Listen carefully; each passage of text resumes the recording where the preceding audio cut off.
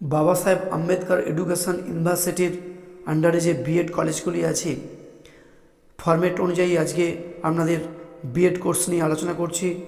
তার আগে বলি, আমার বিএডের semester 1, semester 2, semester 3, semester 4 practicum বই আছে। সেই প্র্যাকটিকাম বইগুলি আপনারা অবশ্যই কলেজটির থেকে পেয়ে যাবেন। তার সঙ্গে বলি, আপনারা অনেকেই ভিডিওর পিডিএফ নিতে চান, তাদের ক্ষেত্রে বলি, এই ভিডিওটির পিডিএফ ফাইল ডেসক্রিপশান বক্সে দেওয়া রয়েছে। পিডিএফ ফাইলটির পাসওয়ার্ড ভিডিওর মধ্যে রয়েছে, আপনারা ভিডিওটি দেখুন। বিএডের শিক্ষাবিজ্ঞান বিষয়ের যেটি লার্নিং ডিজাইন আলোচনা করছি। বাঁদিকে থাকছে স্কুলের নাম, শ্রেণী, সময়, তারিখ, শিক্ষক বা শিক্ষিকার নাম।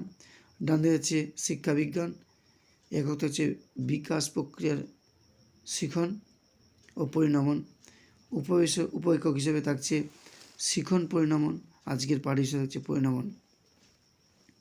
শিখনের লক্ষ্য স্মরণ করা। পরিণামন কাকে বলে শিক্ষার্থীরা জানবে। অনুধাবন করা। মনোবিদ গিলস এর মতে স্বকীয় ও অন্তর্জাত বৃদ্ধির ফলাফল হলো পরিণামন, শিক্ষার উপলব্ধি করতে পারবে। প্রয়োগ করা। শিখন ও পরিণামনের সম্পর্কে ফলাফল শিক্ষার্থী ব্যাখ্যা করতে পারবে। বিশ্লেষণ করা। পরিণামন ও শিখনের পার্থক্য শিক্ষার্থী বিশ্লেষণ করতে পারবে। মূল্যায়ন। পরিণামনের তাৎপর্যপূর্ণ বৈশিষ্ট্যসমূহ শিক্ষার্থীরা লিখতে পারবে। সৃজন করা।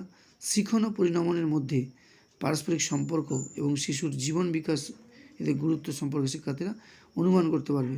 পাঠের প্রকৃতিতে শিক্ষার্থী বিশ্লেষণ কী আছে, কয়েকটি প্রশ্ন থাকবে।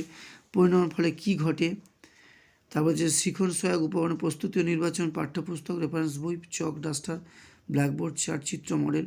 শিখন কৌশল হিসেবে থাকছে শিখন ক্ষেত্র, ডান দিকে আছে প্রাসঙ্গিক কৌশল। যেমন পরিণামনের বৈশিষ্ট্য, এই পরিণামন বৈশিষ্ট্যটি চার্ট দেখিয়ে শিক্ষার্থীদের বোঝাবেন। তারপরে থাকছে মূল্যায়নের নকশা, যেটা কাজের পাতা। শূন্যস্থান পূরণ হিসেবে কয়েকটি প্রশ্ন থাকছে। সঠিক উত্তর দাও হিসেবে কয়েকটি প্রশ্ন থাকছে। এখানে লার্নিং ডিজাইনটা এখানেই শেষ করলাম।